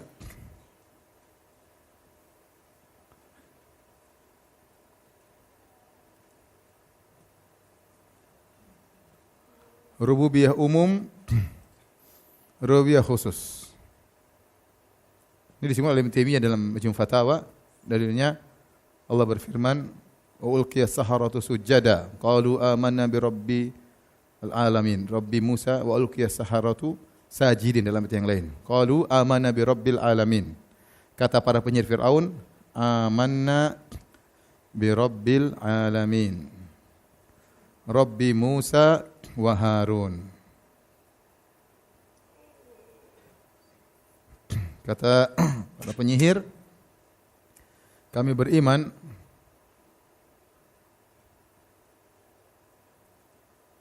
kepada Rabbul Alamin, penguasa alam semesta, atau Robnya alam semesta. Kemudian Rabbi Musa wa Harun, yaitu Robnya Musa dan Harun. Perhatikan di sini. Sini jadi Rabbul Alamin umum, Allah itu Rabb atas segala alam semesta. Kemudian disebutkan dalam ini secara khusus yaitu Rabbnya Musa dan Harun. Nah, kita semua mendapatkan rububiyah umum. Semua orang diatur oleh Allah secara terperinci. Tadi afaman huwa qaimun ala kulli nafsin bima kasabat dalam surat Ar-Ra'd. Allah yang mengatur setiap orang secara terperinci, semuanya kita diatur. Tetapi ada pengaturan khusus namanya rububiyah khassah. Jika Anda bertakwa kepada Allah, ya. Jika Anda bertakwa kepada Allah, Anda menjaga pandangan Anda, jaga jangan makan yang haram, Anda salat malam, Anda beribadah secara khusus, maka Allah akan perhatian terhadap Anda secara khusus. Ini berarti perhatian secara khusus. Pengaturan atau perhatian khusus dari Allah kepada orang-orang khusus.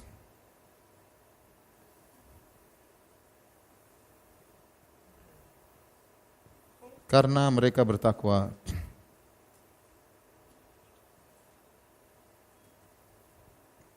Makanya waktu Allah menyuruh Nabi Musa dan Harun untuk pergi ke Fir'aun, kata Allah, "Idhhaba ila Fir'auna innahu tagha." Pergilah kalian berdua kepada Fir'aun, sungguhnya dia telah melampaui batas. Faqula lahu qawlan layyinan la'allahu yatadhakkara aw yakhsha. Ucapkanlah kata-kata yang lembut kepada Fir'aun, siapa tahu dia sadar atau dia takut kepada Allah. Qala Rabbana innana nakhafu ayyafrata alaina aw ayatgha. Maka Musa dan Harun berkata, "Ya Rabb kami takut dia berbuat zalim kepada kami, melampaui batas kepada kami." Kata Allah, "Qala la takhafa." Jangan kalian berdua takut. "Innani ma'akuma asma'u wa ara." Sungguhnya aku bersama kalian berdua, aku melihat kalian ya dan aku mendengar kalian secara khusus. Maksudnya demikian. Jadi orang yang bertakwa kepada Allah, dia akan mendapatkan rububiyah secara khusus dari Allah Subhanahu wa taala. Doanya mudah dikabulkan. Allah arahkan dia kepada yang lebih baik, ya. Kenapa? Karena dia bertakwa kepada Allah. Maka dia mendapatkan perhatian khusus dari Allah Subhanahu wa taala, pengaturan khusus meskipun Allah mengatur seluruh alam semesta. Taib. Sudah? Tolong dihapus.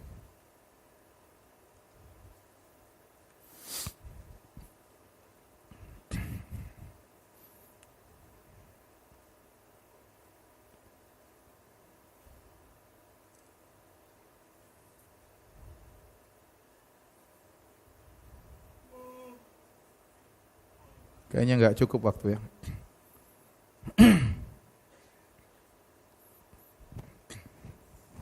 Apa kita lanjutkan lain kali ya? Sampai sini aja ya? Ya. Lanjutkan lain kali, lanjut sekarang. Hah? Sudah 1,5 jam loh. Antum enggak capek? Hah? Antum enggak capek? Antum kok enggak pengertian sih?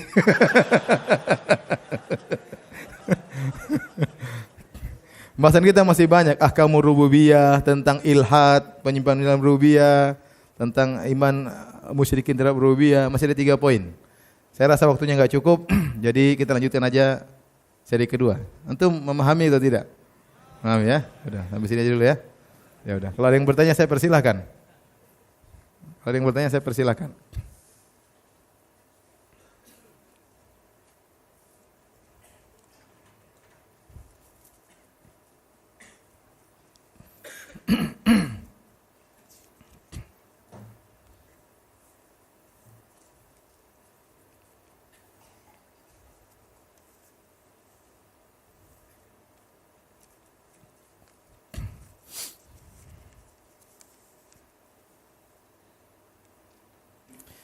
Ustaz, saya hadir di majelis ilmu, hati saya senang, nyaman dan bahagia. Apakah yang termasuk fitrah? Iya, termasuk fitrah. Orang dengar ceramah, dengan kajian, ayat Allah dibacakan, hatinya tentram, hatinya tenang. Itu fitrah. Fitrah dari Allah Subhanahu wa taala.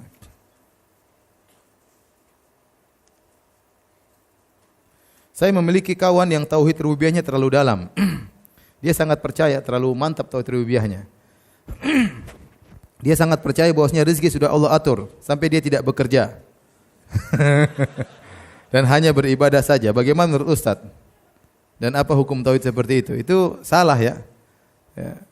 Kalau kita percaya sama tauhid rububiyah, tetapi Allah menyuruh kita untuk berusaha, ya. Kata Allah Subhanahu wa taala, "Famshu fi manakibiha wa kulu mir rizqih wa ilaihin nusyur."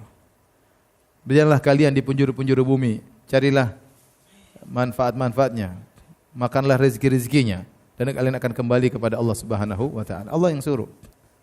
Ya, wa idza qudiyatis salatu fantashiru fil ardi wabtagu min fadlillah. Jika telah selesai salat Jumat, fantashiru fil ard, maka bertebarlah di atas muka bumi dan carilah rezeki Allah Subhanahu wa taala. Ya. Ya, kana Daud ya'kulu min amali yadihi. Nabi Daud alaihissalam dahulu makan dari hasil kerjaannya sendiri. Ya. Oleh karenanya para sahabat dahulu mereka bekerja. Sampai hadis yang masyhur dalam Sahih Bukhari tentang bab at-tanawub fil ilm, bab tentang berganti-gantian dalam menuntut ilmu, tentang kisah Umar bin Khattab dengan kawannya. Mereka bersepakat satu hari, satu yang kerja, satu yang libur, gantian. Jadi hari ini Umar bin Khattab kerja. Sementara temannya tidak kerja, ngaji sama Nabi SAW. Nanti malam ketemu, temannya kasih tahu, ya Umar tadi Nabi ngomong begini. Besoknya gantian, Umar yang ngaji, temannya yang kerja. Bayangkan kenapa? Karena mereka tahu mereka punya tanggung jawab, harus apa? Kerja. Ya. Orang ngaji terus juga kapan kerjanya? Orang ibadah terus kapan kerjanya? Makanya Allah memuji orang-orang yang bekerja tapi ingat kepada Allah Subhanahu wa taala. Rijalun la tulhihim tijaratun wala bai'un an dzikrillah wa iqamis salati wa ita'iz zakati yakhafuna yawman tataqallabu fihi al-qulub wal absar. Itu para lelaki yang perdagangan mereka, ya, dan transaksi mereka yang mereka lakukan tidak membuat mereka lalai dari mengingat Allah, dari zikir, dari salat, tapi mereka bekerja. Mereka bekerja. Makanya Allah sebutkan Nabi sebutkan di antara 7 golongan yang Allah naungi pada hari kiamat kelak, kata Nabi sallallahu alaihi wasallam, rajulun qalbuhu mu'allaqun bil masajid. Seorang yang hatinya rindu ke masjid. Berarti apa? Dia tidak sedang di masjid. Mungkin dia kerja, tapi dia ingin kembali ke masjid. Adapun kerja tanpa ibadah dan yakin rezeki akan datang, ini salah dalam aturan. Makanya Nabi SAW mengatakan, ya, inna nafsan lan tamuta hatta tastawfiya rizqaha. Sungguhnya sebuah jiwa atau satu jiwa tidak akan meninggal sampai dia menyempurnakan rezekinya, sampai takdirnya selesai seluruhnya. Ada dulu seorang, saya cerita, ada orang dia jatuh di sumur, ditolong oleh kawannya. Kemudian setelah dia selamat, dia masih di pinggir sumur. Kemudian ada yang nganterin, mungkin dia haus, dikasih susu, dia minum susu. Saya ditanya, tadi kamu gimana jatuh? Dia cerita, saya tadi jatuh lagi. Terus dia meninggal. Berarti rezekinya belum sempurna. Masih ada 1 gelas susu tersisa sebelum dia meninggal dunia. Jadi mau saya, tetapi bukan berarti tatkala rezeki sudah diatur, sudah di ajalnya rezeki sudah diatur, kemudian kita tidak berusaha. Makanya Nabi SAW setelah menyampaikan hadis tersebut, kata Nabi, fa'ajmilu fit talab, maka carilah harta dengan cara yang baik. Ya. Khudhu ma halla wa da'u ma harum. Ambillah yang halal dan tinggalkan yang haram. Ya, Nabi suruh tetap mencari meskipun rezeki sudah ditentukan. Bukankah Nabi SAW mengatakan, "Lau annakum tatawakkaluna haqqa tawakkulih la razaqakum kama yarzuqut tayr takhdu khimasan wa taruhu bitana. Kalau kalian bertawakal kepada Allah, benar-benar tawakal, kalian akan diberi rezeki sebagaimana burung diberi rezeki. Burung pergi di pagi hari perut kosong, balik perut kenyang. Burung pergi pagi hari ngapain? Cari rezeki. Burung itu tawakalnya hebat, tetapi dia tetap berusaha. Pergi pagi hari, pulang kenyang. Nah, kalau antum ingin dapat rezeki, tawakal, rububiyahnya mantap, tawakal bahwasanya rezeki dari Allah bukan dari bos saya, tapi saya harus bekerja. Sunnatullah ada berjalan, yang bekerja dapat rezeki. Sebagaimana burung di pagi hari kerja. Kemudian orang salah paham dengan hadis ini. Kamu bertawakal kayak burung, kamu dapat rezeki. Terus tidur di rumah aja. Emang burung tidur pagi-pagi? Burung berusaha. Ente baru keluar sholat ke masjid, jalan miring-miring, burung sudah berkicau loncat sana loncat sini. Sudah dalam kondisi nasyat, kondisi aktif luar biasa. Ya. Jadi jangan salah paham. Benar kita bertauhid rububiyah, mantap, tapi bukan berarti kita menolak sebab. Sebab dilakukan untuk mendapatkan apa? Akibat. Kecuali kalau semua sebab sudah tidak ada, boleh kita yakin Allah bisa menimbulkan akibat tanpa apa? Sebab. Itu mungkin terjadi. Sebagaimana mujizat-mujizat yang terjadi. Tetapi kalau selama ada sebab, jangan kita tinggalkan sebab. Kita berusaha. Ya, untuk mendapatkan akibat. Hal sama antara rezeki sama dengan anak. Anak sudah ditentukan oleh Allah enggak kita punya anak? Berapa-berapanya sudah ditentukan atau tidak? Sudah. Kemudian tanya sama teman antum tadi, antum rububiyahnya kan mantap. Sudah ente enggak usah nikah. Insyaallah kalau Allah takdirkan punya anak, ente punya anak, enggak usah nikah. Tenang aja. Sudah menemani di rumah, enggak, tenang aja.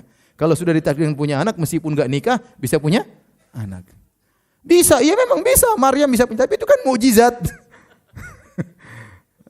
Ente yakin kan rububiyah? Iya, udah ente pasti kenyang. Kalau Allah takdirkan kenyang, meskipun enggak usah makan, ente bisa kenyang. Udah, makannya buat saya aja. Ente yakin aja, insya Allah bisa kenyang.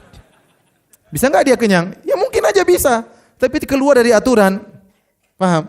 Tidak ada bedanya antara rizki, antara makan, antara punya anak. Ini semua takdir, ajal, semuanya sudah ada. Sekarang ajal seorang sudah ditentukan enggak? Kalau dia sakit, udah ente yakin sembuh, ajalnya sudah ditentukan. Ente enggak usah berobat, sudah biarin aja. Kena DBD, sudah biarin aja, tenang aja. Kira-kira dia mau bertahan atau dia pergi ke rumah sakit? Dia pasti ke rumah sakit lah. Ente katanya tahu rububiyahnya mantap. Ya, jadi bukan berarti kalau rububiyah mantap kemudian meninggalkan sebab, itu kesalahan. Seorang berusaha, nah akibatnya serahkan kepada Allah. Jangan bergantung kepada rumah sakit, jangan bergantung kepada dokter, jangan bergantung kepada bos. Rezeki semua dari siapa? Allah. Itu yang benar seperti itu.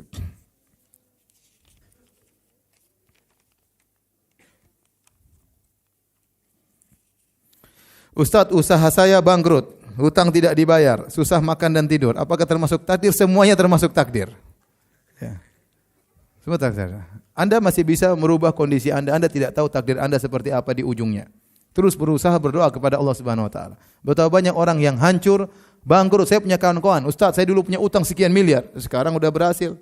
Sekarang sudah bisa pinjemin uang orang.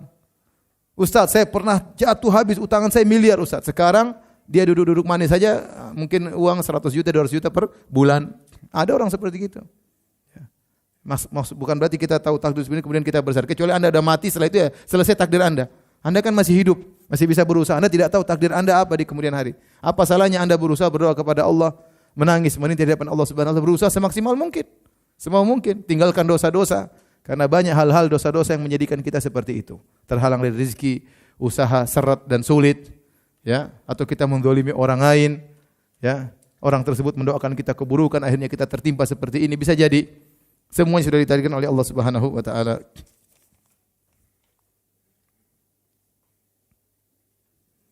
Kakak saya sudah berusia 72 tahun.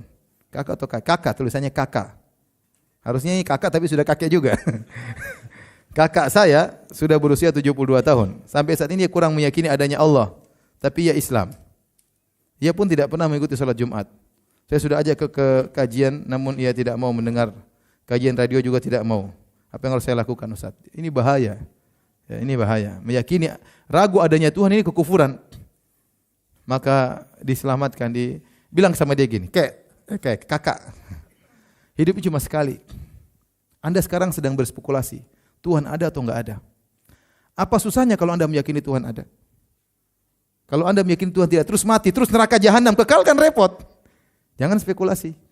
Mending yakini Tuhan apa? Ada. Ya. Kalau seandainya pun Tuhan tidak ada salahnya. Ternyata Tuhan tidak ada misalnya. Tidak ada salahnya. Tapi kalau ternyata Tuhan ada, terus Anda meyakini Tuhan tidak ada, mampus Anda di akhirat. Kekal selama-lamanya abadi, bukan jutaan tahun, triliunan tahun tidak selesai-selesai. Hidup jangan spekulasi. Ya. Jangan spekulasi. Hidup cuma sekali. Dan sampaikan tadi yang kita sampaikan, bukti bahwa Tuhan itu ada banyak sekali apa? Dalilnya. Banyak sekali dalilnya.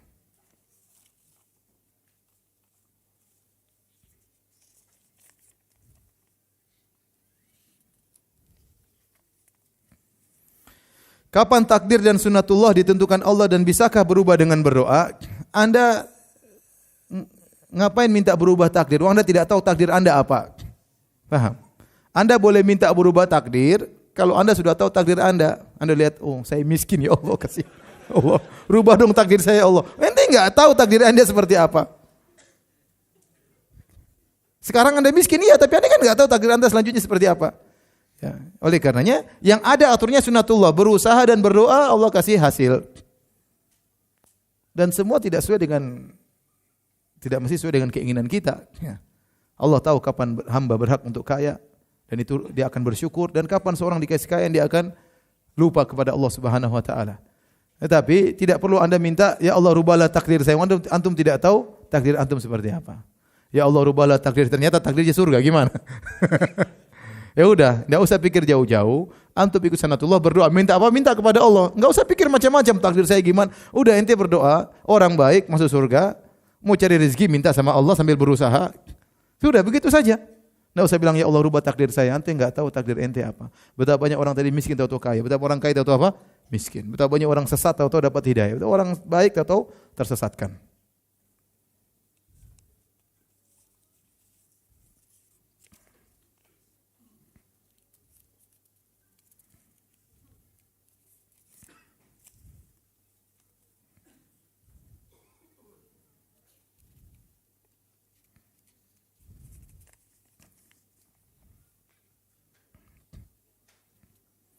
Mana yang lebih utama, baca Quran dulu atau zikir pagi habis sholat subuh? Enggak, zikir pagi petang cuma sebentar. Kalau antum sudah hafal 10 menit selesai. Ya, mungkin lebih cepat daripada itu atau lebih lambat sedikit ya. Ya, tidak ada pertentangan. Antum zikir pagi petang, baca Quran juga ya. Ya. Tidak ada pertentangan. Jangan pertentangan dua hal yang tidak bertentangan. Kecuali waktunya mepet. Antum tidak punya waktu kecuali cuma 7 menit untuk baca Quran. Sementara cuma bisa zikir 7 menit saja. Pilih mana itu baru. Tapi antum kan waktunya lapang. Bisa dua-duanya insyaallah ya. Enggak usah dipertentangkan.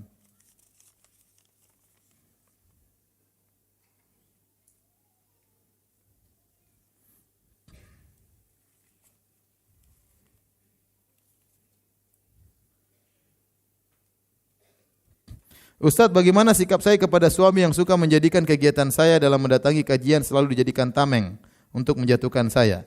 Ketika saya tidak sesuai dengan keinginannya, dia berkata, percuma ngaji. Tega banget. Bilang sama suami, saya ngaji aja masih begini, apalagi kalau nggak ngaji.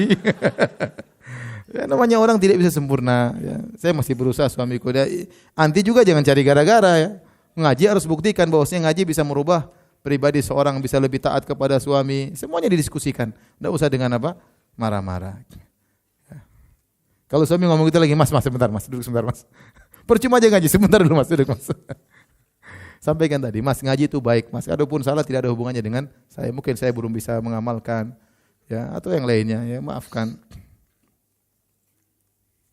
Ustaz, dalam suasana panas politik saat ini, apa kita berpasrah dalam politik seperti ini atau kita berjuang untuk merubah kondisi saat ini? Semua berusaha yang terbaik. Yang bisa menilai mana yang baik, silakan milih yang baik. Kalau tidak bisa menilai, dia berdoa kepada Allah Subhanahu wa taala, ya. Mudah-mudahan Allah berikan yang apa? Yang terbaik. Tidak usah menjadi bahan untuk bertengkar, saling caci maki, masing-masing punya sudut pandang ya. Kemudian banyak hal ya. Intinya Anda silakan pilih yang terbaik. Berdoa kepada Allah Subhanahu wa taala, jangan remehkan doa. Yang tidak bisa memilih bingung, saat saya bingung pilih yang mana, itu ente berdoa.